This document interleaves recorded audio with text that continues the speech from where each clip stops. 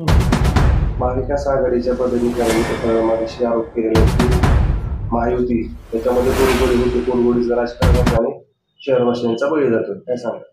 महायुतीतील जे काही विषय आहेत ते वरिष्ठ पातळीवर बोलणं चालू आहे. लवकरच मुख्यमंत्री देवेंद्र फडणवीस साहेब, महाराष्ट्राचे उपमुख्यमंत्री एकनाथजी शिंदे साहेब आणि अजित पवार साहेब हे ह्या सगळ्या विषयावर तोडगा काढतील आणि शहरातील रस्त्यांची कामे लवकरच चालू होतील.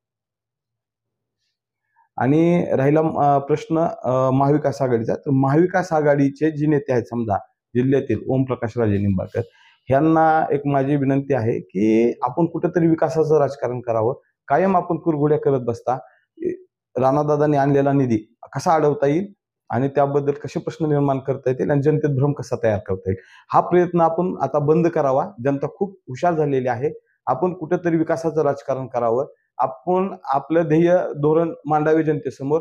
तुम्ही धाराशिव जिल्ह्यातील शहरातील लोकांना रोजगार कसा देणार आहात, तुम्ही धाराशिव जिल्ह्यातील रस्ते असतील किंवा इतर दळणवळण साधन तुम्ही कसे निर्माण करणार आहात, MIDC साठी काय करणार आहात, युवकांच्या शिक्षणासाठी काय करणार आहात, या संदर्भात तुम्ही तुमचं विजन मांडणं गरजेचं आहे.